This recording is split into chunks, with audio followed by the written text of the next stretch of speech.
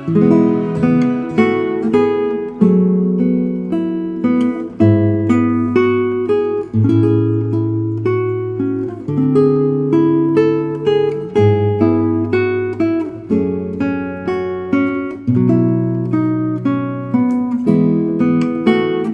sou Estela de Andrade Raike, eu moro na Fazenda São Francisco, eu sou neta do Antônio Joaquim de Moura Andrade, conhecido como Rei do Gado.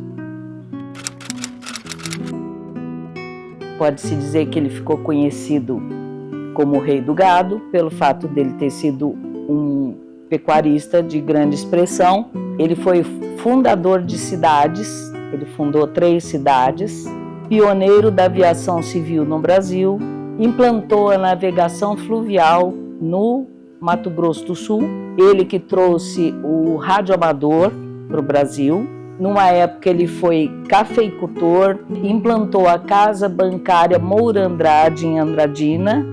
Ele formou essas 3 cidades a partir de fazendas que ele adquiriu e posteriormente ele fundou as cidades. Cidade de Andradina, de Nova Andradina, em Mato Grosso do Sul, e junto com o irmão dele, Otávio Moura Andrade, ele fundou Águas de São Pedro. Basicamente, as memórias com meu avô foram durante as férias, nas fazendas, onde a gente se encontrava. Periodicamente, o vovô vinha para Andradina, mas eu vim para cá com 6 anos de idade. O convívio com meu avô não foi tão, vamos dizer, constante, porque ele era um homem muito ocupado, morava em São Paulo, mas todas as vezes que ele vinha, e os natais, né, a gente passava junto, todas as festas de família, e ele era uma pessoa tão cativante, era uma presença tão viva, que permanece viva até hoje na minha memória. Eu convivi com ele até os 12 anos de idade. Lógico que eu tenho a minha visão como neta, eu fiz curso de história, eu sempre me interessei, e foi mais ou menos natural que eu acabasse depois me envolvendo com esse trabalho, vamos dizer, esse projeto de estar contando a história do Antônio Joaquim de Moura Andrade para os andradinenses, pelo fato da música. A minha visão como neta, o que eu tenho de lembranças dele, era sempre a presença dele muito viva nas fazendas. Ele gostava muito de cavalo, ele teve um cavalo que eu cheguei a conhecer, chamava Império, era um cavalo inglês que ficava aqui na fazenda Guanabara. Era uma afinidade que eu tinha, porque desde pequena eu sempre fui louca por cavalo, e meu avô fazia questão que os netos aprendessem a montar. Então, todos os netos, cada neto tinha o seu cavalo. Durante as férias, a gente chegava nas fazendas e sempre cada neto tinha o seu cavalo para poder passear. Ele era uma pessoa, apesar de muito ocupado, extremamente atencioso. E eu me lembro de uma passagem, eu era bem pequena, minha mãe gostava de costurar e fazia as minhas roupinhas, os meus vestidos a mamãe costurava. E eu tinha um vestidinho xadrez, preto e branco, que a mamãe bordou com florzinhas de campo, assim, colorida. E o vovô chegou na minha casa aqui no frigorífico, e assim que eu fui cumprimentá-lo, ele me pegou no colo, ele falou: minha neta, você está linda com esse vestido. Depois eu não queria tirar mais vestido e não queria que lavasse o vestido. A presença dele era uma coisa que enchia uma sala, e quando ele falava com você, realmente ele estava te enxergando. E eu, assim,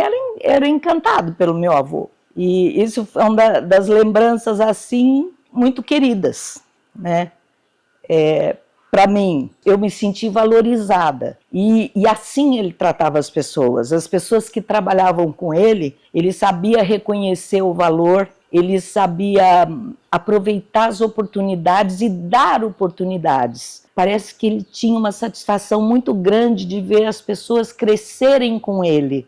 A maior herança que ele deixou para os filhos e para os netos, especialmente para mim, foi esse caráter humano dele e essa sensibilidade que ele tinha no trato com as pessoas. Ele era uma pessoa que eu nunca ouvi ele falar um palavrão, nunca vi ele praguejar. Era uma coisa que parece que ele não levava o problema para casa. O meu olhar para ele era um olhar de neta para avô. Depois, com a idade, com a maturidade, eu fui percebendo que ele era muito mais do que um avô. E eu comecei a perceber, quando eu já tinha 12 anos, que ele era uma pessoa importante, porque até então ele era importante para mim, como avô. Mas depois eu comecei a perceber, porque aonde ele chegava, se criava, existia um certo respeito, uma reverência em relação à pessoa dele. E apesar das pessoas saberem que ele tinha, vamos dizer, um certo poder, né, porque ele era o chefe, vamos dizer assim, ele nunca se colocou de uma maneira acima de ninguém. Ele enxergava todo mundo na mesma altura. Ele tinha uma memória, assim, espetacular. Ele conhecia, tinha muitos dos funcionários dele, que quando eram apresentados para ele, depois ele ia, voltava, ia para outra fazenda, ia para São Paulo. Quando ele reencontrava essa pessoa, ele chamava pelo nome, e se ele conhecesse a esposa do funcionário dele também, na maioria das vezes ele se lembrava do nome. Então ele era uma pessoa assim muito atenciosa, muito afetiva com as pessoas, e tudo fazia para que os seus funcionários tivessem tudo o que fosse necessário para desempenhar as suas funções com conforto, com harmonia. É uma coisa que eu achava admirável, que naquela época, década de 30, de 40, de 50, que não se falava em agroindústrias, né? Hoje em dia é comum, as indústrias fornecem para os seus funcionários alimentação, né? Cesta básica, enfim, isso é uma coisa que hoje em dia se tornou comum. Mas naquela época não se fazia isso. E o vovô, nas fazendas, a parte de estrutura da fazenda, tinha sempre um lugar em destaque que ele se preocupava com o bem-estar do pessoal que trabalhava com ele. Então, todas as fazendas tinham um clube para que as pessoas tivessem a sua parte social, desenvolvesse ali os casamentos, faziam no clube. Ele, inclusive, até grupo de teatro, ele incentivava que os funcionários desenvolvessem atividades culturais. E o clube era organizado de uma forma que tinha até biblioteca. Então a gente ia para a biblioteca do clube e junto com os alunos, com os filhos dos funcionários, a gente desenvolvia as atividades lá de tarefa e mesmo tinha livros que a gente pudesse ler. Então eu achava aquilo uma coisa assim, que na época eu não valorizei tanto, mas que hoje em dia eu acho uma coisa espetacular, sabe? Então meu avô, quando vinha, era sempre um acontecimento, porque ele sempre vinha também a trabalho. Então, quando ele se reunia na casa aqui do frigorífico, que nós morávamos no frigorífico, meu pai, minha mãe, eu e minha irmã. E o vovô, quando via, ficava hospedado na Fazenda Guanabara, que era a sede da fazenda. Então, mas ele vinha almoçar, e sempre era um acontecimento, porque como ele também vinha a negócios, aproveitava a ocasião, então vinham outras pessoas, né? E eu não me lembro disso, mas eu sei que até ele recebeu aqui nas fazendas a visita do Jânio Quadros, na época o Jânio Quadros era presidente, Adhemar de Barros, então eram personalidades, Marechal Lott, por exemplo, Marechal Lott, a minha mãe ofereceu um almoço, e eu lembro que ele era bem baixinho e carequinha, parecia um duende, então eu achava graça, né? E eu, então, via aquele movimento e imaginava assim, puxa, o meu avô é importante. E ele não tinha essa empáfia, sabe, da importância que ele tinha. Ele tinha uma personalidade muito especial.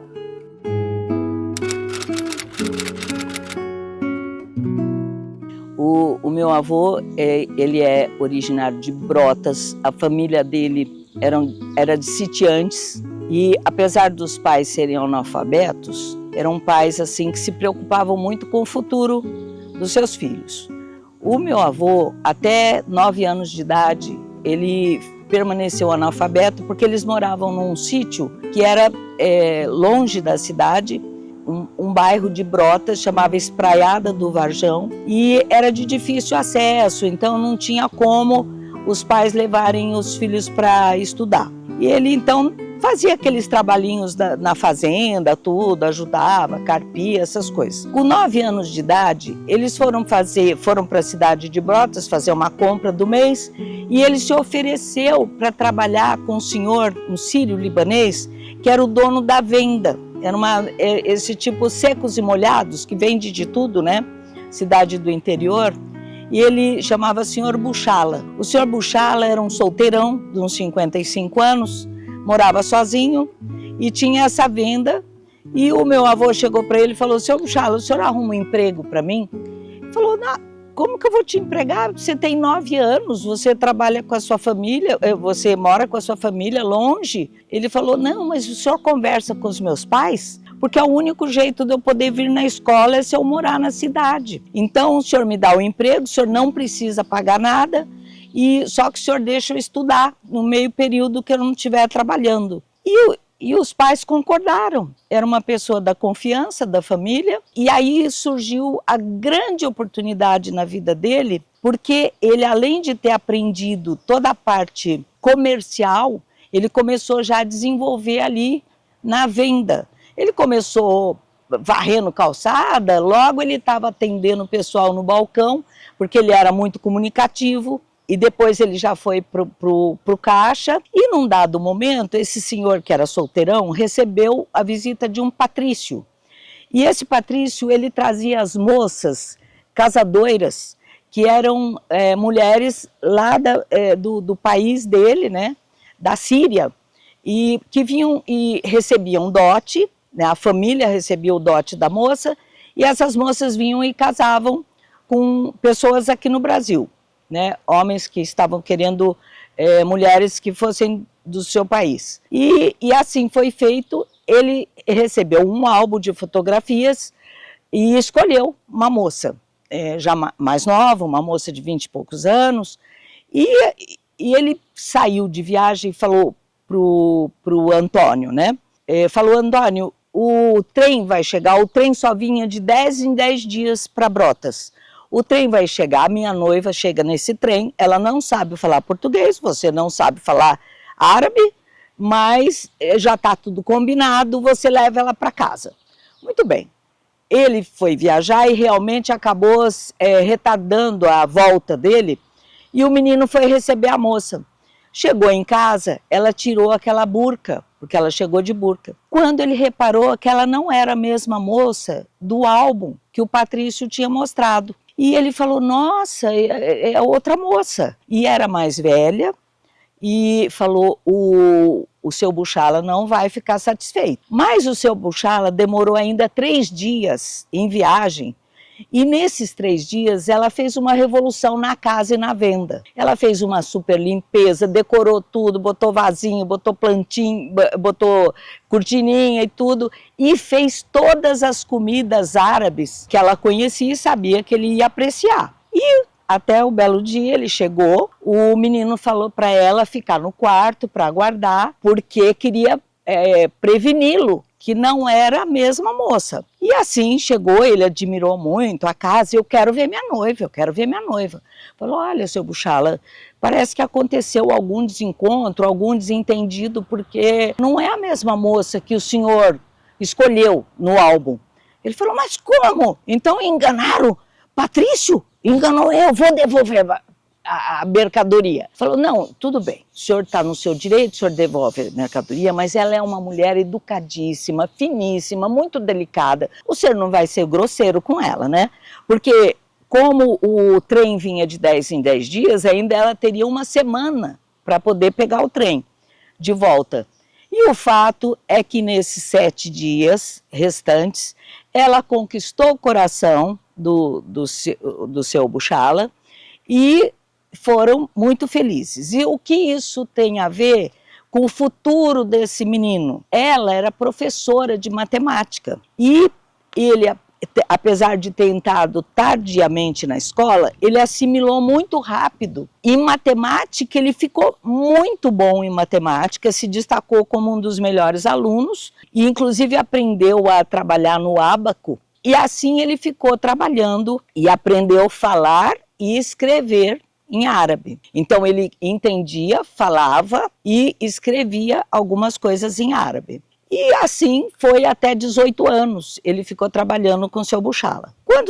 Quando ele fez 18 anos, o seu Buchala falou, infelizmente você não vai poder trabalhar mais comigo, porque eu arrumei um emprego para você na Caixa Econômica Federal, porque você tem muito futuro, você é uma pessoa muito antenada com o mundo, você não vai ficar aqui nessa vendinha aqui, você tem um mundo pela frente. E ele aceitou. E paralelo a esse emprego, ele acabou se formando contador, que naquela época se chamava guarda-livros. E ele começou a atender todos aqueles fazendeiros da região, fazendo a escrita, né, desses fazendeiros.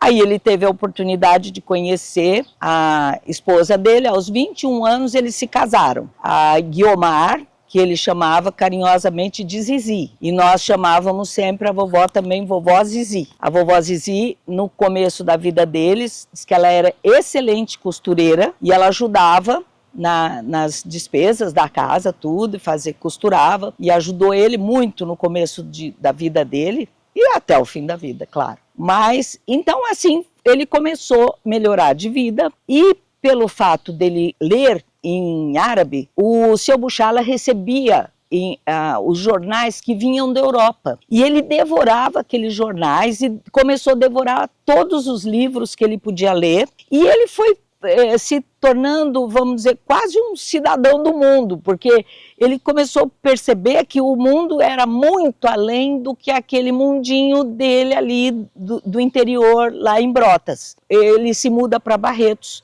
e começa a negociar com compra e venda de gado. Mas numa das oportunidades que ele teve como guarda-livros, aconteceu um fato que foi determinante para a futura realização dele. Ele estava numa fazenda, era uma fazenda de café, o senhor chegou para ele e falou, Andrade, eu preciso que você permaneça numa reunião que eu vou ter, vão chegar aqui 2 compradores, são árabes, e eles vêm comprar toda a minha produção de café. E eu preciso que você esteja presente, você que faz a minha escrita, e você sabe que eu estou com dificuldades financeiras. Ele, muito bem, eu vou ficar presente. Num dado momento, o patrão saiu, foi buscar um suco, e os árabes começaram a conversar entre si. E o meu avô entendeu eles falando assim, nossa, falaram que esse senhor aqui, que essa fazenda está quebrada, mas veja que casa bonita, era um casarão daquela época do café. Eu acho que nós não vamos pagar tão barato como nós estávamos querendo. Aí o outro se firou, não, nós vamos pagar o que ele pedir, porque nós vamos pagar em réis e nós vamos vender em dólar na Europa. Muito bem, o meu avô escutou isso, falou para o patrão. O patrão estava um pouco inseguro. Será que eu peço tudo que vale e tal? Ou se eu pedir muito caro, eles viram as costas e vão embora? Falou, não, o senhor pede o que vale, porque eles vão sustentar. O patrão falou, pois Antônio, se isso ocorrer, eu vou te dar uma porcentagem da venda. E aí ele ganhou o primeiro grande dinheiro da vida dele. Ele já estava, vamos dizer, começando a vida dele, mas isso foi essencial, porque daí ele arrumou um sócio, Guilherme Moura, e o Serafim Coletes. Com esse dinheiro eles abriram uma casa de secos e molhados, nos mesmos moldes que ele teve essa experiência até os 18 anos, numa cidade vizinha chamada Taiúva, aonde o Guilherme Moura era de Taiúva. Eu vou explicar que as pessoas sempre perguntam do Moura, da onde veio o nome Moura, né? Eles eram sócios, era Guilherme Andrade Moura Coletes, era a razão social da firma. Com o andar dos acontecimentos, o Coletes saiu da sociedade, ficou Andrade e Moura. Depois, mais para frente, vocês vão ver quando ele se desvincula desse sócio Guilherme Moura, ele mantém o nome para homenagear o amigo, que sempre tiveram muita sorte na sociedade, e principalmente porque ele comprou a razão social, porque o Guilherme Moura, ele casou com uma escritora e foi para outra área de empreendimento, ele investiu em editoras de livro, e o Moura Andrade ia continuar com a parte de comércio de gado e de cereais e tudo. Então, o Guilherme falou para ele, você fica com a razão social. Então, ele acabou ficando com a firma Moura Andrade e adotou o nome Moura. Então, passou a ser Antônio Joaquim de Moura Andrade.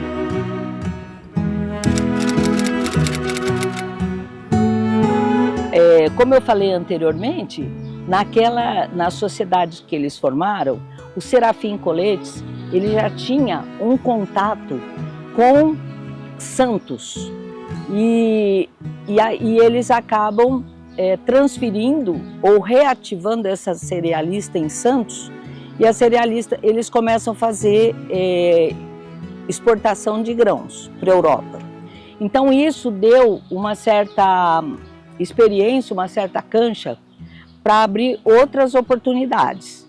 Então, com aquele primeiro dinheiro que ele ganhou, eles investiram nisso, e aí no final da guerra, o Moura Andrade, ele começou a juntar, como eles tinham essa firma de cereais, ele teve a ideia, que a gente fala que seria esse o pulo do gato, de começar a juntar café no Porto de Santos. Quando ele falou para os sócios, eu vou começar a comprar café e estocar no Porto de Santos, porque ele tinha, de novo, lido no jornal europeu, que a Europa recebia café da África, na época. E tinha dado uma peste lá nos cafezais da África, estava faltando café na Europa. Então ele falou, o outro país que plantava café era o Brasil, não tinha outro lugar para ir buscar.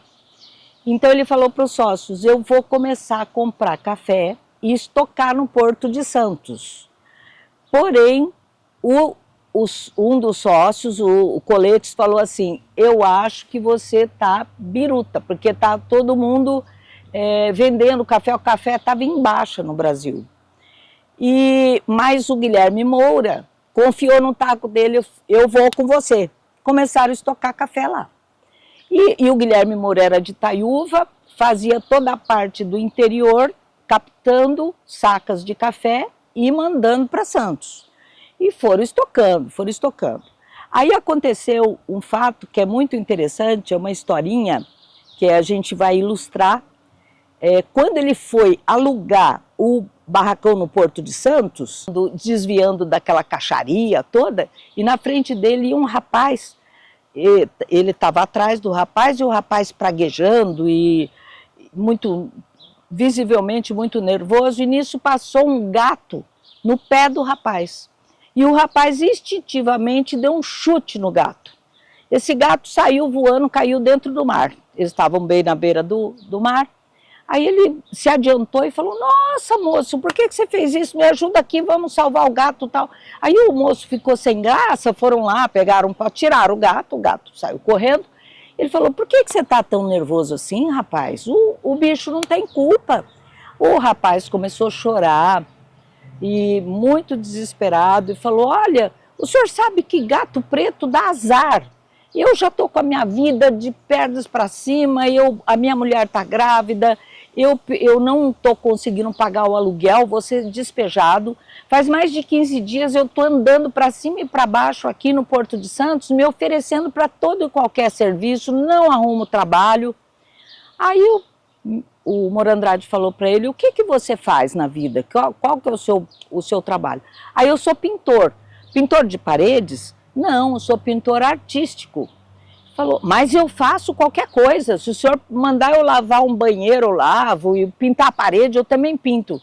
Falou, não, é o seguinte, você falou que gato dá azar, mas eu acho que há controvérsias. Quanto que você cobra para fazer um quadro para mim? Ah, o senhor vai querer encomendar um quadro? Ah, quero sim, eu quero que você faça um gato preto com uma figa no pescoço, porque vai ser o gato da sorte. Eu vou provar para você que o gato não tem culpa de nada disso. Aí ele falou, quanto que você cobraria pelo seu quadro? Ele falou, ah, mas eu não posso cobrar do senhor. O senhor parou no meio do caminho, eu estou vendo que o senhor é um homem distinto, de negócio, o senhor se preocupou comigo, se interessou pela minha história, eu não posso cobrar. Tá vendo? Você não sabe aproveitar as oportunidades. Eu estou te dando uma oportunidade de trabalho. E você, como que você não vai me provar? Tá vendo que o gato não tem culpa. Aí ele falou, ah, vamos lá, eu quero encomendar com você. Quanto é que você cobra? Ah, tá bom.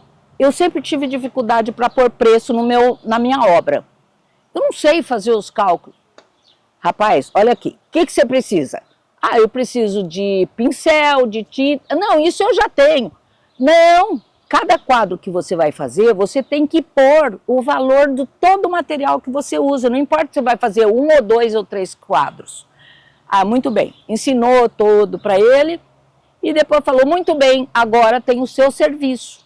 Tanto, isso aqui está bem pago para você? Falou um valor, fecharam um valor lá na época, né? Era em réis, né? É isso que eu vou pagar pelo seu quadro. Ah, como é que eu entrego para o senhor? Não, eu tenho um escritório lá no centro da cidade, você leva o escritório, leva quando estiver pronto. Ah, passaram uns dias, a secretária chegou para ele estava reunido com alguns comerciantes.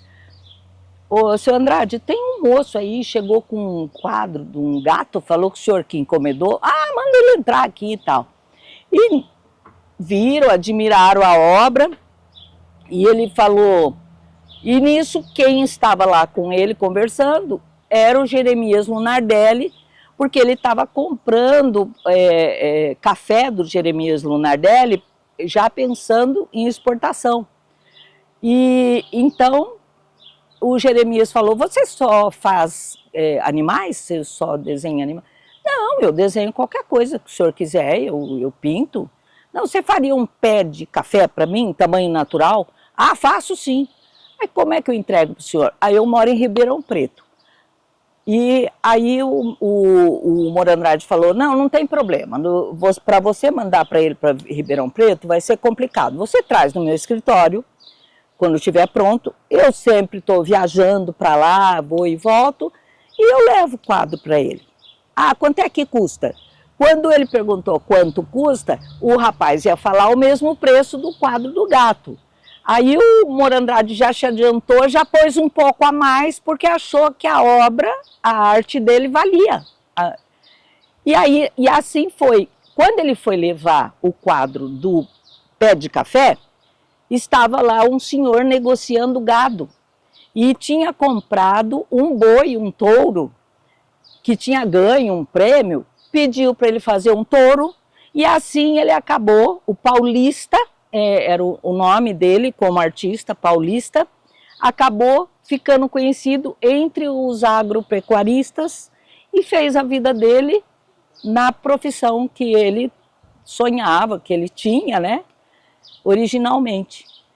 E isso eu acho tão legal, essa história, porque mostra muito o caráter desse homem, que ele estava ali apressado, fazendo um negócio, tomando uma decisão na vida dele, e, no entanto, ele teve o trabalho, teve a disposição, né, de servir, né, e de ajudar esse rapaz, e sem fazer com que o rapaz ficasse humilhado, né, com a ajuda que ele estava prestando. Então ele valorizou o dom do rapaz e fez o rapaz entender que gato preto dá sorte, sim.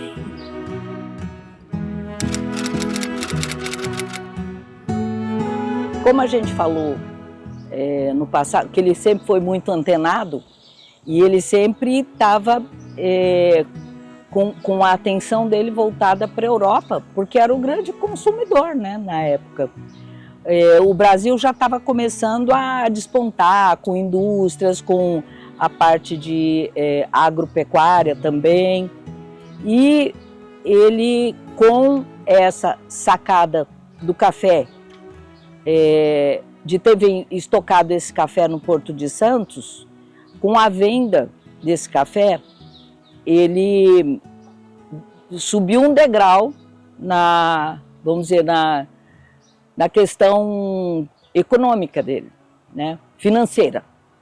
E então ele se separou do sócio, do Guilherme Moura, foi tocar a vida dele, e ele ficou com a Razão Social Moura Andrade, e ele falou, agora eu estou rico, eu vou comprar a primeira coisa que ele tem mais paixão, que era aviação, eu vou comprar um avião para mim. E quando ele se mudou para Santos, ele já se matriculou num curso de piloto, né? E lá ele conheceu o Assis Chateaubriand, que na época já era jornalista, era um homem mais novo que ele, mas de muita cultura. E o Assis Chateaubriand já vinha de uma família mais abastada, então ele falava várias línguas, já conhecia a Europa, já conhecia os Estados Unidos e falava inglês correntemente. Quando ele resolveu comprar o avião, aqui no Brasil só existia aviação comercial. E então ele falou para Assis Chateaubriand, você topa comigo para eu comprar um avião, mas eu estou com dificuldade porque eu falo árabe, mas não falo inglês. Então eles foram juntos e nos Estados Unidos eles foram comprar da empresa Stinson, que era uma marca de avião, Stinson. E era um avião de 4 lugares e ele, chegando lá, o senhor que atendeu eles falou, ah, que interessante, vocês são do Brasil, vieram aqui comprar um avião. Lá não tem comércio de avião, não, lá não existe aviação civil, só tem aviação comercial. Olha, como é que está o Brasil? Não, o Brasil está aquecendo, está pungente, tudo, está tendo muito incentivo para plantio de grãos e tudo. E eu acho que tem gente que ia assimilar. Ele falou, se eu tivesse um representante lá, ele falou, já tem, achou. Pegou a representação da Stinson e ele vendia no Brasil e ia buscar avião. Então, durante um período, ele fez isso, trouxe vários aviões. Então, ele ficou conhecido como o precursor da aviação civil no Brasil. Depois entraram outras firmas e tudo que vieram para cá para vender. E aí nós temos mais uma historinha interessante, que é quando ele foi vender um avião para um amigo dele, um fazendeiro, o fazendeiro falou, não, eu não sou piloto, eu não quero aprender a pilotar como você, eu só compro o avião de você se tiver um piloto. Aí ele falou, tá bom, né, então tá. Diz que quando chegou na casa dele, chamou a mulher, Zizi, cadê o Mário? O Mário era o motorista da minha avó, era um japonês. Cadê o Mário? O Mário tá lá, acho que está almoçando, deve estar lá na cozinha. Foi lá na cozinha, Mário, você quer aprender a pilotar? Você quer ser piloto? Ah, senhor Andrade, eu não sei, eu sou motorista aqui da dona Zizi, como é que eu vou pilotar? Não, vamos ver se tem jeito, monta aí no meu carro, vamos para Santos. Levou ele para Santos, para a escola de pilotagem, e fizeram um teste lá e acharam que o japonês tinha jeito.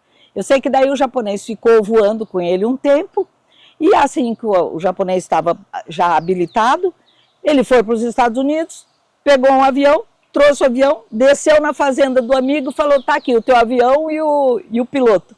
Esse piloto, inclusive, acabou conhecendo uma moça que trabalhava na fazenda e diz que até o final da vida, pelo menos do patrão, que já era mais velho, ele sempre foi praticamente o único emprego dele, ficou a vida inteira morando lá na fazenda, era piloto do fazendeiro lá.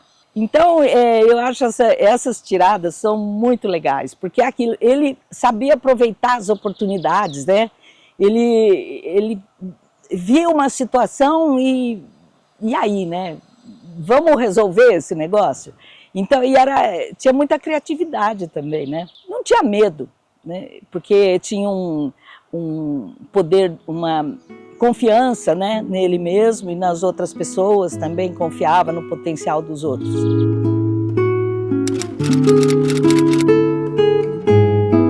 Então, depois que ele ficou rico, ele ficou sabendo em seguida, na mesma época, que o governo do estado de São Paulo estava vendendo terras com o objetivo de colonizar aqui a região noroeste do estado de São Paulo. Ao mesmo tempo, eles estavam abrindo a estrada de ferro, com a intenção de passar para o lado de Mato Grosso, porque antes essa passagem era feita por balsa, o que dificultava muito o desenvolvimento da região.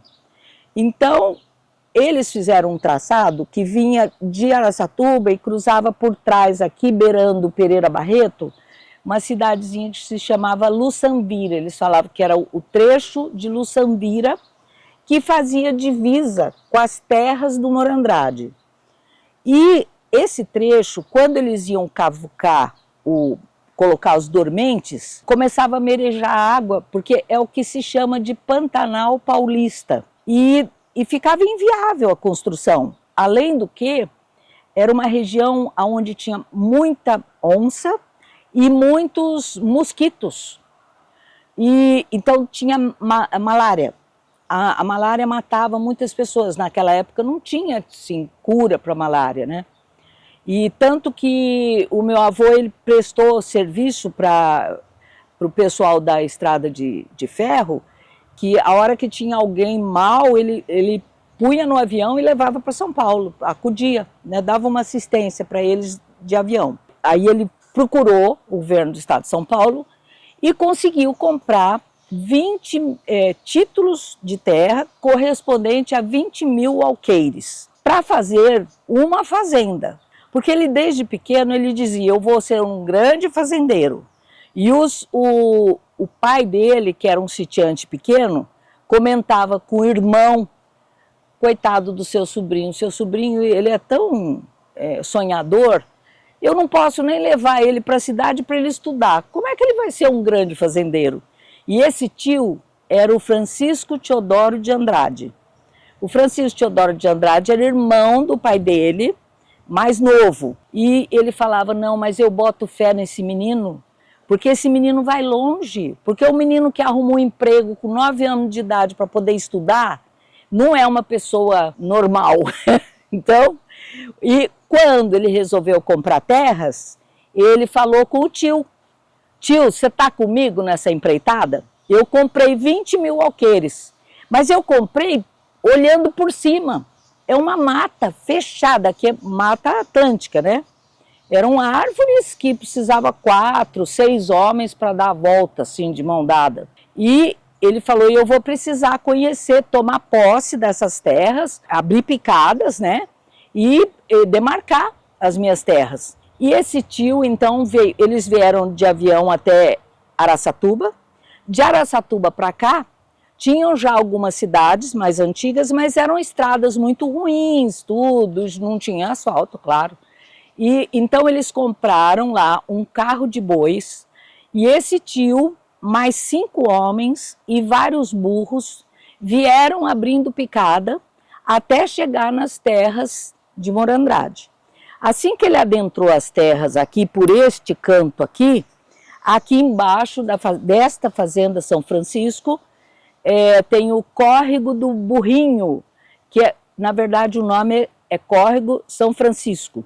Por isso que aqui depois se formou o Retiro São Francisco. São Francisco por causa do tio Francisco. E ele chamava esse tio Francisco de tio Chiquinho.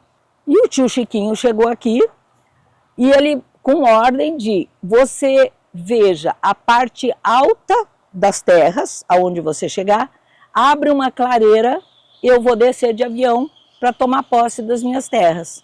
E assim foi feito. Aí tem a fotografia aqui da clareira, onde a pista de cavalo era a pista de aviação. Ele desceu com 5 aviões, ali com tudo que ele precisava para tomar posse dessas terras, com agrimensor, topógrafos, aquele pessoal fazer análise de terra, todo o staff para poder tomar posse dessas terras. Isso foi em 1928. E junto com esse tio, que era o braço direito dele, maior incentivador dele, graças a esse tio ele conseguiu iniciar a implantação e a abertura da fazenda. Só que nós estávamos naquela época no pós-guerra, não havia o combustível estava todo racionado, então ele precisava de mão de obra bruta. Como que ele ia tirar essa mata tão fechada, tão vertiginosa? E aqui não morava ninguém, né? Não tinha ninguém, nem índio não tinha aqui. Aí, o que ele teve ideia? Ele, de novo, lendo o jornal, se informando, ele ficou sabendo que o Nordeste estava passando por uma grande seca. E algumas cidades do Nordeste, as pessoas estavam morrendo de fome por causa da seca. Ele pegou o avião, desceu numa dessas cidadezinhas que tinha um campo de aviação, procurou a pessoa responsável, provavelmente um prefeito, não sei, e veio, olha, eu estou aqui para fichar aquele trabalhador que quiser um emprego lá para abrir terra em São Paulo. Não demorou muito, ele conseguiu esses trabalhadores, as famílias ficaram e ele trouxe só os homens. Aqui na Fazenda Guanabara, ele tinha um acampamento, né, só de homens, onde ele fornecia a alimentação e dava toda assistência para esse pessoal. Se alguém ficasse doente, ele acudia e tudo.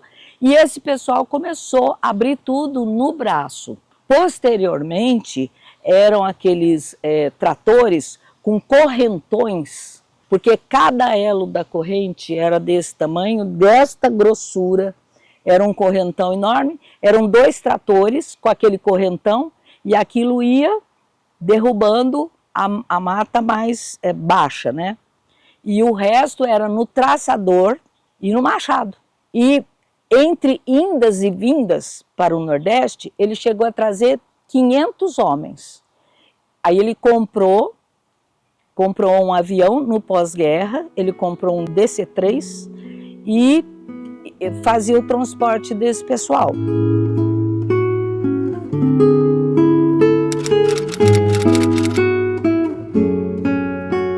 Depois de 10 anos, ele estava com a fazenda praticamente formada, toda de colonião. Ele também trouxe a semente de colonião, ele trouxe do exterior.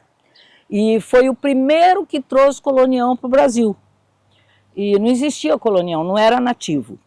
E ele formou invernadas de colonião.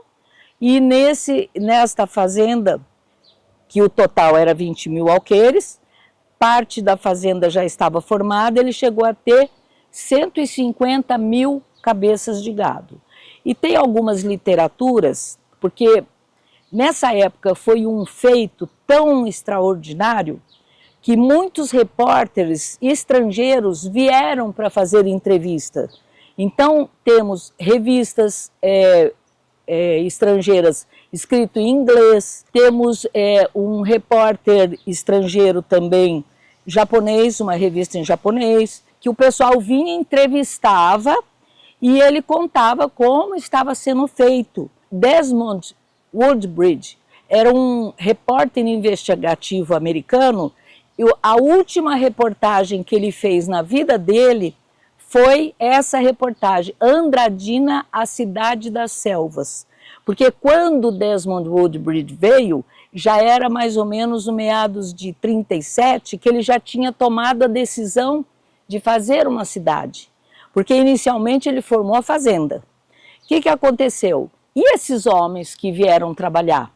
Tinham que voltar para sua casa, para o seu lugar de origem, porque ele não teria emprego para todas essas pessoas numa fazenda que já estava formada. Então ele ia ficar com os peões, com os plantadores, tudo, mas aquele pessoal que veio inicialmente, os machadeiros, né, esse pessoal mais da parte da lida mais bruta, ele não tinha como colocar esse pessoal na fazenda.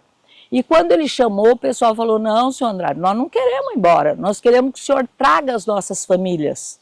Ele falou, mas eu não posso, eu não vou ter como absorver toda essa mão de obra. Ah, não, mas nós não saímos daqui, nós não vamos voltar para casa. Nós queremos, porque aqui nós percebemos que aqui a gente tem futuro, porque aquilo que eles ganhavam de salário, eles mandavam para as famílias. E aqui eles tinham o básico garantido, né? Que era a subsistência deles, alimentação, estadia e tal.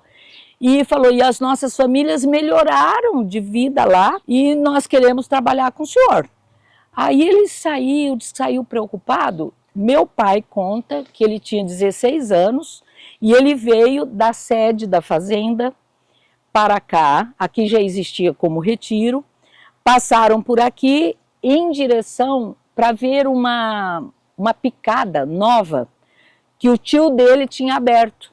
E durante esse passeio, eles se encontraram com os engenheiros da estrada de ferro, que estavam no acampamento aonde hoje está localizada a estação rodoviária de Andradina, que é um dos pontos mais altos da cidade. E ali os engenheiros estavam com uma plaquinha escrito Andrada. Ele perguntou, ué, o que é isso aqui, essa placa escrito Andrada, assim, numa árvore? Não, é porque a gente tem que nominar todos os acampamentos. E nós pusemos o nome de Andrada porque nós estamos na terra de Andrade. Ele falou, ah, interessante. Em Minas Gerais tem uma cidade chamada Andradas. Ah, então vamos mudar esse nome para não ficar tão parecido? O que vocês acham? Vamos pôr, diz que trocaram umas figurinhas lá. Ah, então vamos pôr o nome do acampamento de Andradina. Quem sabe se o senhor um dia resolver fazer uma cidade, fundar uma cidade, porque com tanta terra, o senhor põe o nome de Andradina. Diz que ele falou, ai, eu não tinha intenção de fazer uma cidade, mas ficou quieto. Diz que quando ele veio no caminho de volta, ele estava a cavalo, meu pai falou, acho que meu pai está doente, porque meu pai não é quieto, veio quieto, pensativo. Quando chegou na sede da fazenda, ele pegou o rádio amador, ligou para São Paulo, para o escritório dele, e falou, olha, eu quero que vocês me arrumem um engenheiro para fazer o planejamento de uma cidade, eu vou fundar uma cidade. Ele achou a solução para os funcionários dele, certo? Não vou mandar mais ninguém embora, vou buscar as famílias e vão ser os primeiros moradores, né? Eu vou lotear, né? Agora, muito bem, eu vou lotear a terra, vou dar de presente? Ele também não podia dar de presente para todos os funcionários que tinham, apesar que muita coisa ele deu de presente, mas não era o caso. Ele falou, vamos fazer uma coisa, eu não estou fazendo uma coisa para o momento, então, já que eu vou fazer uma cidade, vamos fazer para o futuro. O que ele fez? Ele falou, ele loteou, e aí as pessoas não tinham poder financeiro para comprar esses primeiros lotes. Aí ele não teve dúvida, ele fez a casa bancária Moura Andrade. A única finalidade desse banco era financiar a produção dessas pessoas que iam adquirir esses lotes, e a partir do momento que as pessoas estivessem autossuficientes, a sua família estivesse sobrevivendo daquele lote, começariam a pagar a terra. Então era feito cardenetas, uma cardeneta daquelas primeiras, e as pessoas demoravam até 20 anos para pagar aquela terra. E a ordem que ele dava para o banco, para o pessoal do banco, era assim, vocês nunca vão tomar terra por falta de pagamento. Vocês vão saber por que eles não estão pagando. Teve geada? Prorroga a dívida. Pegou fogo? A mulher está com câncer? Alguma desestruturou a família? Sem cobrança de juros, jogava para frente. Então, a gente fala que foi a reforma agrária verdadeira e perfeita, que poderia ser, inclusive, levada em conta para outras ações no Brasil, que tem tanta terra, né, desocupada, e que poderiam ser usado o mesmo modelo. Financiava e dava oportunidade da pessoa pagar pela terra, porque ele falava que as pessoas têm que ter dignidade, elas têm que pagar, elas têm que usufruir do trabalho delas e não ganhar nada de presente. Ele não dava nada, ele dava, ensinava a pescar. Comprar a vara e pegar o peixe é com você, meu filho. Então, assim que foi feita a colonização de Andradina. O progresso chegou mesmo através da linha de trem.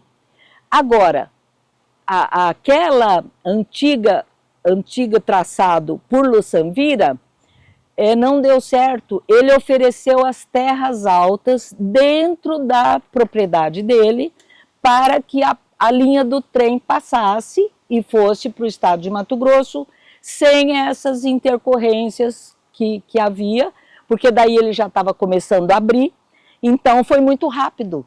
E todo mundo que chegou depois desses primeiros moradores foi através da estrada de ferro noroeste do Brasil.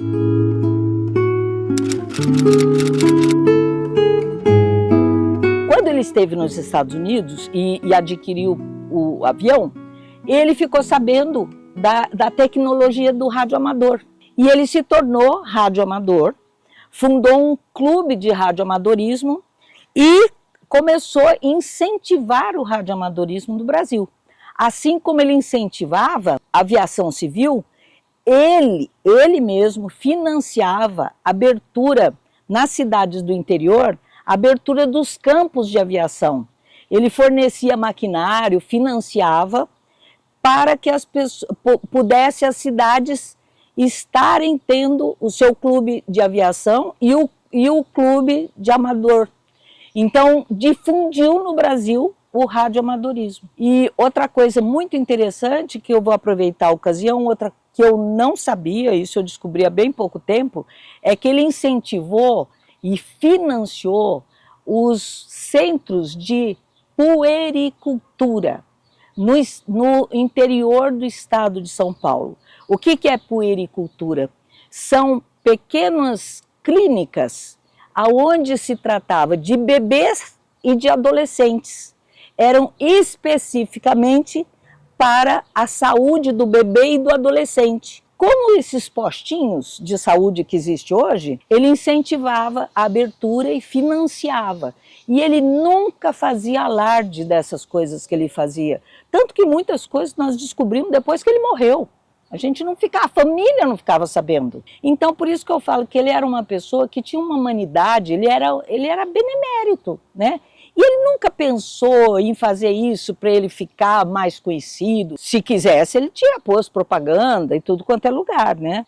E não, ele fazia porque ele sentia que ele também tinha que devolver tudo que ele recebeu, porque ele também recebeu muito, né? Ele soube aproveitar as oportunidades, mas ele também, as pessoas abriram muitas portas para ele, né? Então ele aí começou o desenvolvimento de Andradina, e daí para frente, já anos 50, ele já estava com essas 150 mil cabeças de gado. Ele levava esse gado para matar nos matadouros, nos frigoríficos, mas ia por terra. E quando o gado chegava lá, já tinha perdido peso. O que ele fez? Em 1950, ele construiu o frigorífico Mourã, com a primeira intenção de abater a produção de gado dele. Mas depois acabou servindo todo mundo em torno, porque a cidade foi crescendo, vieram os fazendeiros, os produtores, tudo, mas depois foi vendido para o Friboi, e então ele fez o frigorífico Mourã. E aí ele voltou os olhos dele, logo que ele estava com a fazenda formada, tinha fundado uma cidade, já tinha comprado umas 14 fazendas, onde todas estavam aparelhadas. Então é aquilo que eu falei no início, né? Tudo com clube, com assistência médica, assistência dentária. E ele então voltou os olhos para Mato Grosso do Sul e comprou 32 ou 33 mil alqueires em Mato Grosso do Sul, mas já não foi terra bruta. porque aqui em Andradina é terra bruta. E lá não, lá ele já adquiriu de outros fazendeiros, tem uma família muito antiga, que foi quem vendeu, que tinha a maior parte das terras lá. Inclusive uma das fazendas, parece, se eu não me engano, chamava Gato Preto, mas não tem nada a ver com o Gato Preto daqui. E daí ele começou a formar um novo reduto dele, grande, com essa fazenda de 33 mil alqueires.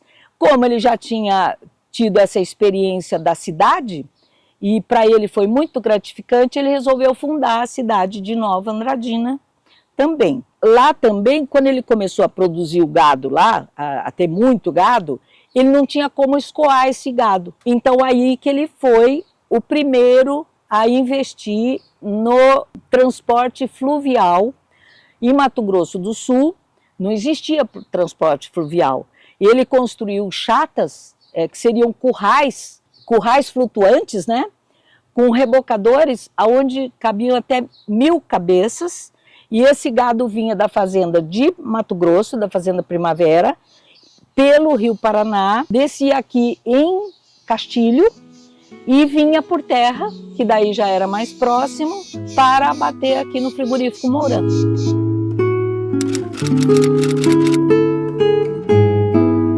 Então, nesse hiato entre Andradina e Nova Andradina, o irmão dele chega para ele e fala assim: Antônio, você está comprando muita fazenda? Então eu tenho uma terra que está muito barata e é pertinho de São Paulo. Você quer ir lá ver? Aí eles chegaram lá e eles viram pedra e areia. Ele falou assim: Otávio, para mim não interessa, eu quero plantar, eu quero produzir. Aqui não tem o que fazer aqui nessa região. Já existia a cidade de São Pedro, que era uma cidade bem antiga e meio estagnada. E nisso eles foram sair do local lá onde eles estavam andando e foram dar água para o cavalo. Quando o cavalo abaixou para beber água, refugou. Aí o irmão dele desceu, pegou a água, cheirou e falou: nossa, essa água tem um cheiro de enxofre. O que será que tem alguma coisa? E o irmão dele era advogado formado, foi o único da família que se formou, então ele tinha muito orgulho disso, que é ele que formou o irmão. Mas o irmão tinha muita facilidade com a química, ele gostava muito de química. Aí ele falou: vamos mandar analisar essa água? Aí mandaram analisar e descobriram que era uma água medicinal. Principalmente naquela época tinha aquela doença que chama fogo selvagem. Ela dá uma coisa na pele, que a pele parece que passou fogo, assim, e aquilo vai alastrando e não existia cura na época. E descobriram que essa água era curativa. Aí então ele falou: quer saber? Eu vou comprar um pedaço dessa terra aqui e vou fazer um sanatório para atender pessoas com fogo selvagem. E assim foi feito. O negócio que depois a coisa foi crescendo de uma maneira, e aí eles foram descobrindo outras fontes medicinais. E aí acabaram entrando outras pessoas participando, né? Acho que terceirizaram, não sei detalhes dessa história. Daí virou uma estância hidromineral. E fundaram Águas, por isso que chama Águas de São Pedro, que são águas medicinais, né? Agora, eles queriam ter um empreendimento que trouxesse mais dinheiro para o desenvolvimento da cidade. Aí ele teve a ideia de fazer o hotel cassino, porque na época podia ter jogo, né? Então ele fez um hotel 5 estrelas internacional, que era um cassino hotel. E o pessoal vinha de fora. A primeira coisa que ele fazia em todas as cidades e todas as fazendas era o campo de aviação. Tinha um hotel e tinha um campo de aviação. E ali eles recebiam gente de todos os lugares do mundo, os milionários que podiam ficar hospedados no hotel 5 estrelas, e assim a cidade acabou crescendo. Águas de São Pedro foi considerada, até bem pouco tempo, uma das cidades do interior com maior renda per capita e qualidade de vida. Se você vai em Águas de São Pedro, vai ter o fundador de Água de São Pedro, ou vai estar Irmãos Morandrade, mas o destaque é para Otávio Morandrade, porque ele que acabou se dedicando mais a essa, e ele ficou lá morando até falecer. E o meu avô não, meu avô tinha a alma inquieta, né? Aí de lá, ele já logo depois, em 52 e 58, ele acabou fundando Nova Andradina.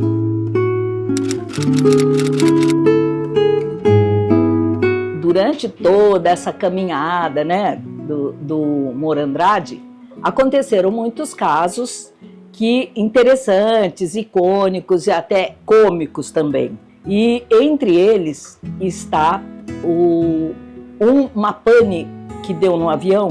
Ele estava indo com a família, acho que vinha da fazenda para São Paulo, e quando passou em cima daquele hospício Juqueri, deu uma pane no avião, ele precisava fazer um pouso forçado. E já era assim, próximo da cidade, e não tinha nenhum campo de futebol, não tinha campo de aviação, nada. O único lugar era o pátio dessa grande construção, que lá de cima eles não sabiam, que era o hospício. E ele desceu. Então desceu, aí aquele nervosismo, porque era um lugar relativamente pequeno, mas não aconteceu nada com ninguém. E tá todo mundo bem, começaram a sair do avião rápido, e a minha avó entregou a bebezinha, ela estava com a filha no colo, e entregou a filha para uma senhora que apareceu ali, porque depois encheu de gente em volta, né? E muito bem, tá todo mundo bem? Não, mamãe, você tá bem, papai tá bem, tá. E aí, cadê a Lúcia? A Lúcia era a bebê, a diretora do Juqueri veio. Tá com aquela moça ali, a minha avó falou. Aí a senhora falou, a diretora do Juqueri falou assim, gente, essa é a louca mais louca do Juqueri. Tinha pego a menina e estava embalando a menina, tudo bem. Mas disse que deu o que fazer para ela devolver a bebezinha. Outro caso interessante também, esse foi na época do Natal, ele recebia sempre muita gente e já estava com o almoço de Natal preparado. E um dos funcionários dele, parece um administrador com a esposa, tinha ido fazer um tratamento em São Paulo, então ia almoçar com a família na casa do meu avô, e depois ele ia levá-lo de volta para a fazenda. E a minha avó era uma pessoa muito simples, de hábitos simples, não tinha nada de frescura, vamos dizer assim, mas essas ocasiões especiais, ela era muito caprichosa, gostava de fazer uma decoração muito bonita, e também tinha orientação das noras, que as noras eram muito primorosas. Então tinham arrumado uma mesa muito bonita, e o serviço era a francesa, mas esse casal era um casal mais simples. E se sentou na mesa com a família. Era de bom tom naquela época ter uma vasilhinha, geralmente era uma vasilhinha de prata, com água e com umas pétalas de rosa dentro, que era, caso tivesse uma comida, por exemplo, uma costelinha de porco, que você às vezes precisa pegar com a mão. Depois que você comia, você lavava as pontinhas do dedo ali e enxugava no guardanapo. Então estava aquela mesa muito bem arrumada, esse casal se sentou, e num dado momento, como o serviço era francesa, a moça que servia a mesa ia lá dentro, trazia as coisas e servia um por um, não punha comida na mesa, né? Ia servindo para cada um. E ainda não tinha vindo a água para a mesa. Acho que teve uma falha. E esse senhor devia estar com sede, ele viu aquela vasilhinha com água e ele pegou, ela estava ali do lado do copo, né? Ele pegou a vasilhinha e tomou a água. Na mesma hora, o meu avô percebeu, o meu avô pegou a vasilhinha dele e tomou a água e olhou para todos. Tipo assim, ninguém fala nada, né? Para não deixar o moço constrangido. Então ele tomou a água, colocou a água e depois ninguém lavou os dedos na aguinha, porque senão o rapaz ia perceber que ele tinha dado uma gafe, né? é nessas pequenas coisas, sabe, que as pessoas se mostram. Isso me deixa emocionada, porque a delicadeza, apesar dele ser um homem que era um sertanista, era um desbravador, que estava acostumado a mexer com gente, né, lenhadores e tudo, ele tinha essa delicadeza. Ele não tinha aquela cultura superficial. A educação dele era uma educação simples, né, que ele veio de uma origem simples. No entanto, ele tinha essa sutileza, essa delicadeza com o outro ser humano, né? E depois temos uma outra história interessante também, que demonstra esse espírito dele, que quando ele foi a primeira vez para a Europa, ele queria muito conhecer Portugal. Ele foi conhecer Portugal e tinha ouvido falar muito no bacalhau português, foi comer o bacalhau português. E ele se apaixonou pelo bacalhau. É a coisa melhor do mundo é esse bacalhau, que no Brasil não tinha bacalhau. Simplesmente, depois que ele foi no restaurante, comeu, no dia seguinte, ele foi num atacadista lá, não sei, num lugar que vendia bacalhau, lotou o avião de bacalhau e distribuiu bacalhau para todos os funcionários dele. Chegava na fazenda, descia a caixa de bacalhau, distribui para o pessoal experimentar bacalhau. Isso eu fiquei sabendo por um senhor que veio aqui, falou: Dona Estela, eu não sei se a senhora sabe dessa história do seu avô, mas o meu pai trabalhou com ele numa das fazendas e ele me contou isso. Eu achei fantástico, porque o cara, milionário, tá com a família na Europa, né? Estava provando tudo que ele não conhecia, né? Porque ele não tinha tido oportunidade quando ele era mais novo. E ele teve essa lembrança, né? É uma coisa tão boa que eu não quero só para mim. Eu quero dividir, né? Quero que os outros experimentem, tenham esse gosto. John Smith. Esse John Smith eu acho muito legal, que demonstra assim a expertise dele, a improvisação dele. A primeira vez que ele foi para os Estados Unidos, não, a primeira vez ele foi comprar um avião. Mas depois, quando ele foi na Bolsa de Valores dos Estados Unidos e também lá ele era para ele exportar café para os Estados Unidos. Ele foi lá no escritório e já tinha horário marcado e tudo. E ele chegou, o cunhado dele, o irmão da mulher, era o meu tio Moacir. Tio Moacir que contou essa história. Ele e o tio Moacir chegaram no tal do escritório, mas ele não falava inglês e nem tio Moacir falava inglês. Mas lá no escritório ia ter um intérprete do português para o inglês. Então falaram: o senhor chega lá no prédio, entrega o seu cartão e o senhor vai ser encaminhado. O negócio que eu não sei, ou pelo nervosismo, que foi, que não estava com o cartão na hora que chegaram lá. A moça não falava português e os dois não falavam inglês e o intérprete já estava lá em cima. E para chamar, tinha que entender o que eles estavam fazendo ali, né? Então eles tentaram falar com a moça, não deu certo. Aí a única coisa que ele entendeu é que a moça falava name, name, name. Ele falou name, name, name.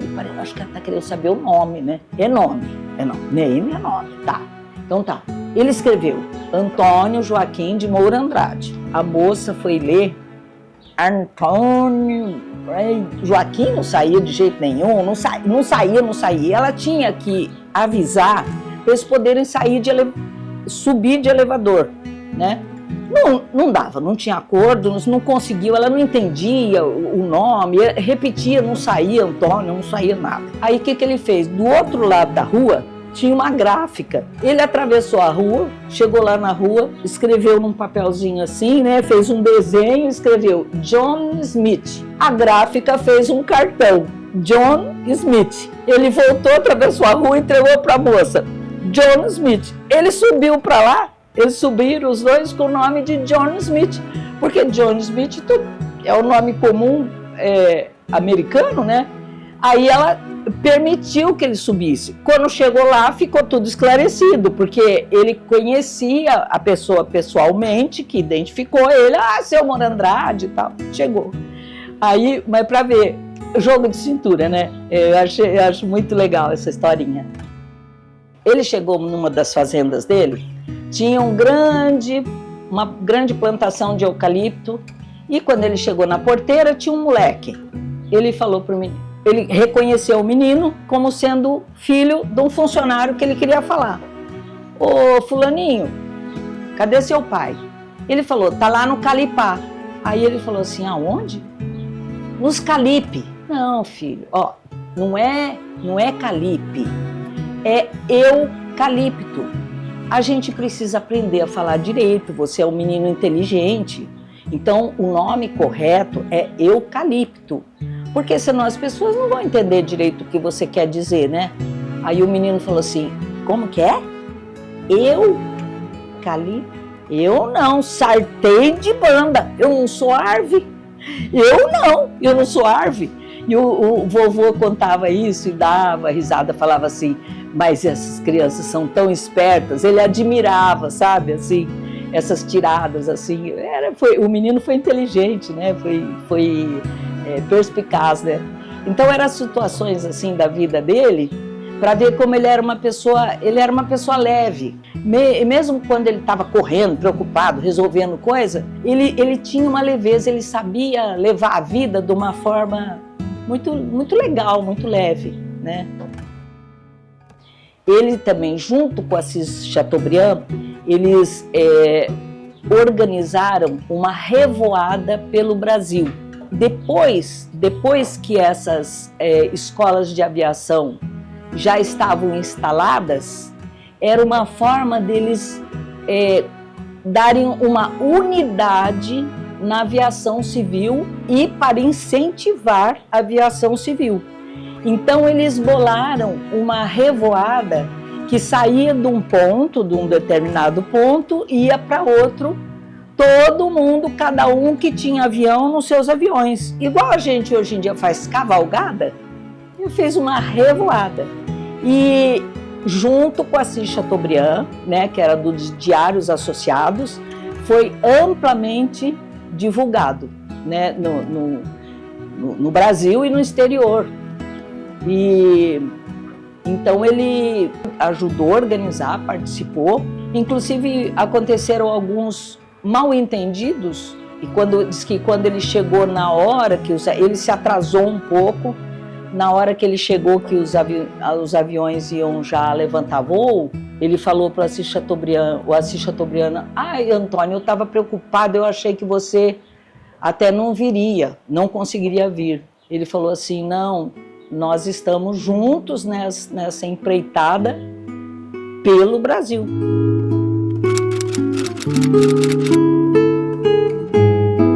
Essas jabuticabeiras são 4 pés de jabuticabeira, hoje elas têm 96 anos e todos os anos elas dão frutos.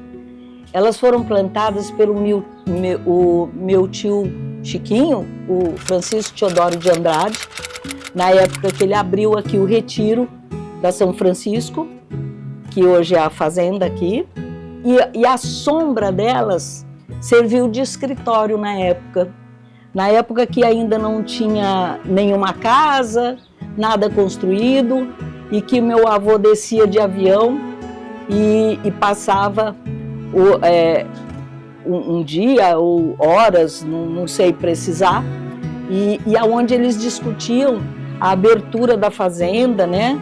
A demarcação das picadas, tudo era discutido embaixo dessas jabuticabeiras, que elas devam ter escutado muitas histórias interessantes, né? Esse livrão aqui, ó, ele é o livro de apontamentos das vendas de terreno. Então era o controle, né, de venda, era tudo feito, anotado aqui, fulano de tal comprou tal quantidade de terra, e tipo um livro de apontamento de caixa de controle da venda das primeiros lotes de terra, né? Isso aqui era da Casa Bancária Moura Andrade. Esse que o rei do café ofereceu para o Antônio Joaquim, conhecido como Rei do Gado, sobre a vida da família do Jeremias Lunardelli e ofereceu, aqui está a dedicatória que ele fez para o Antônio Joaquim de Moura Andrade. Esta mesa é uma mesa de engenharia, né? E aqui nessa mesa eles fizeram muitos projetos da construção do frigorífico, do arruamento da cidade, né? O engenheiro. E eu me lembro do engenheiro, não foi o engenheiro que fez o projeto da cidade, mas eu me lembro de um dos engenheiros, acho que foi o que idealizou o frigorífico, chamava Dr. Cássio, eu chamava de tio Cássio, porque ele sempre estava na minha casa, né? Tinha muito contato com o meu pai, com o meu avô, acabaram que eu chamava de tio. E ele usava essa mesa aqui para transportar comida e panelas, essas coisas, no lombo dos cavalos, dos burros, para poder ir de uma fazenda para outra, né? As caminhadas eram muito longas, então eles usavam essas caixas. Essa aqui é bem original, que a gente pode ver que ela é feita do couro curtido mesmo, ó. Isso aqui é couro, né? E tem até o pelinho ainda aqui do boi.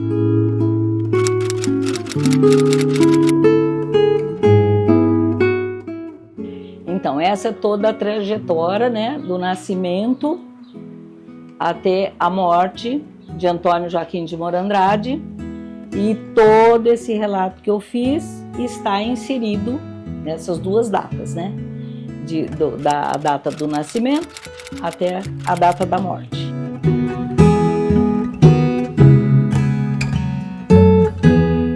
Esse discurso que foi feito por ocasião da inauguração da Avenida Antônio Joaquim de Moura Andrade na capital de São Paulo, ela resume esse período, né, de vida dessa pessoa que a gente está aqui de uma certa forma homenageando, né, porque na verdade a gente quer passar a história de forma que as pessoas que estiveram envolvidas com ele sejam valorizadas e as gerações futuras valorizem, porque aqui não estamos falando da história de Antônio Joaquim de Moura Andrade, estamos falando da história de um homem que construiu muitas coisas e que tinha como objetivo progresso de uma família, o progresso de uma cidade, o progresso de uma nação, usando todo o potencial que ele tinha e que acabava reverberando em benefício de outras pessoas. Então eu vou ler aqui parte de um discurso que foi feito durante a inauguração da Avenida Antônio Joaquim de Moura Andrade. Tem um pedaço do discurso que foi feito pelo filho dele, Auro Soares de Moura Andrade, outro pedaço é por Assis Chateaubriand e outro pedaço cita o jornalista norte-americano Desmond Woodbridge. Então nós vamos começar aqui com um trecho de uma carta que eu acho que diz muito sobre ele. Aqui é o filho dele dizendo: estava eu em Roma quando meu pai completou 70 anos de idade. Escrevi-lhe uma carta e ele me respondeu assim: muito obrigado, Deus.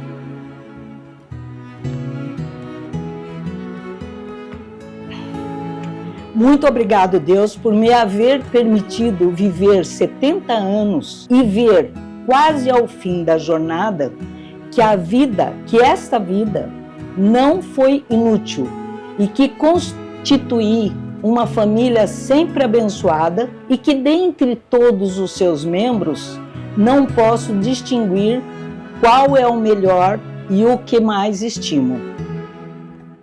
Diz o filho. Ele foi um grande homem e o senhor prefeito Faria Lima intimamente o conheceu e privou de sua leal amizade. Durante a guerra, Antônio Joaquim de Moura Andrade foi citado por importantes revistas norte-americanas como um dos 10 homens mais extraordinários do mundo, no ponto de vista do trabalho prestado ao país e à humanidade. Assis Chateaubriand chamou-o o descomunal Morandrade, acrescentando: inclui-se ele entre os maiores sertanistas que ainda teve o Brasil.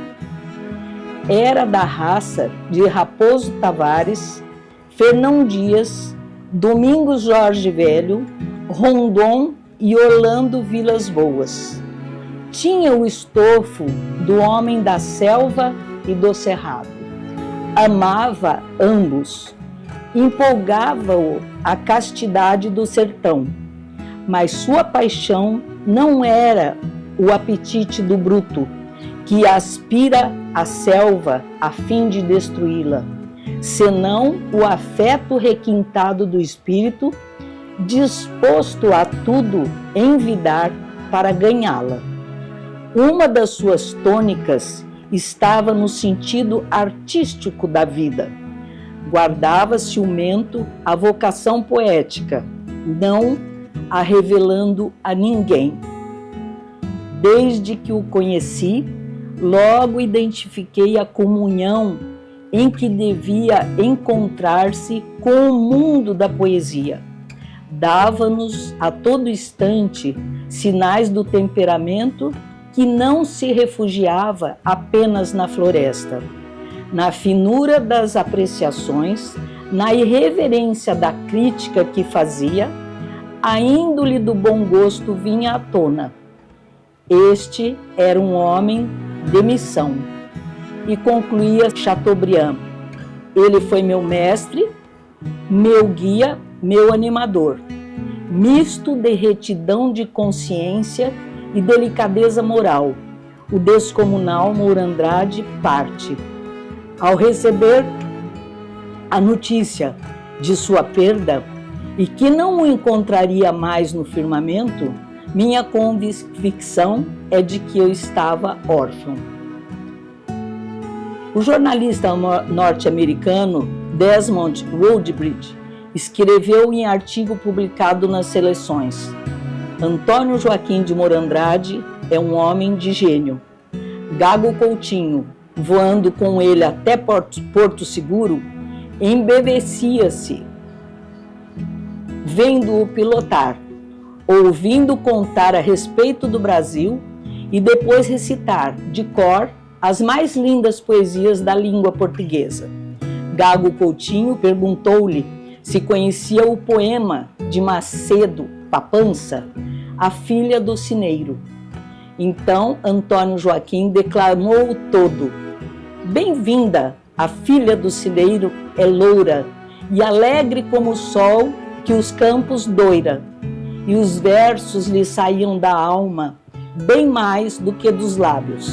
Ao terminar, Gago Coutinho exclamou comovido: é demais, não apenas boa, mas faz também voar as nossas almas nas nuvens da saudade.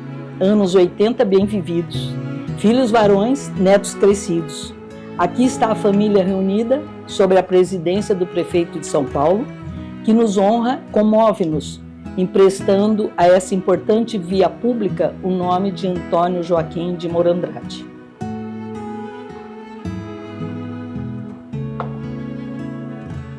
Aí ele encerra: sim, meu pai, a terra guarda a tua fé, no sopro quente da tua alma, na marca firme do seu pé. Então, meu velho, meu descomunal Morandrade, homem de missão, mestre guia, animador, que faz voar as nossas almas nas nuvens da saudade. Esse é o legado.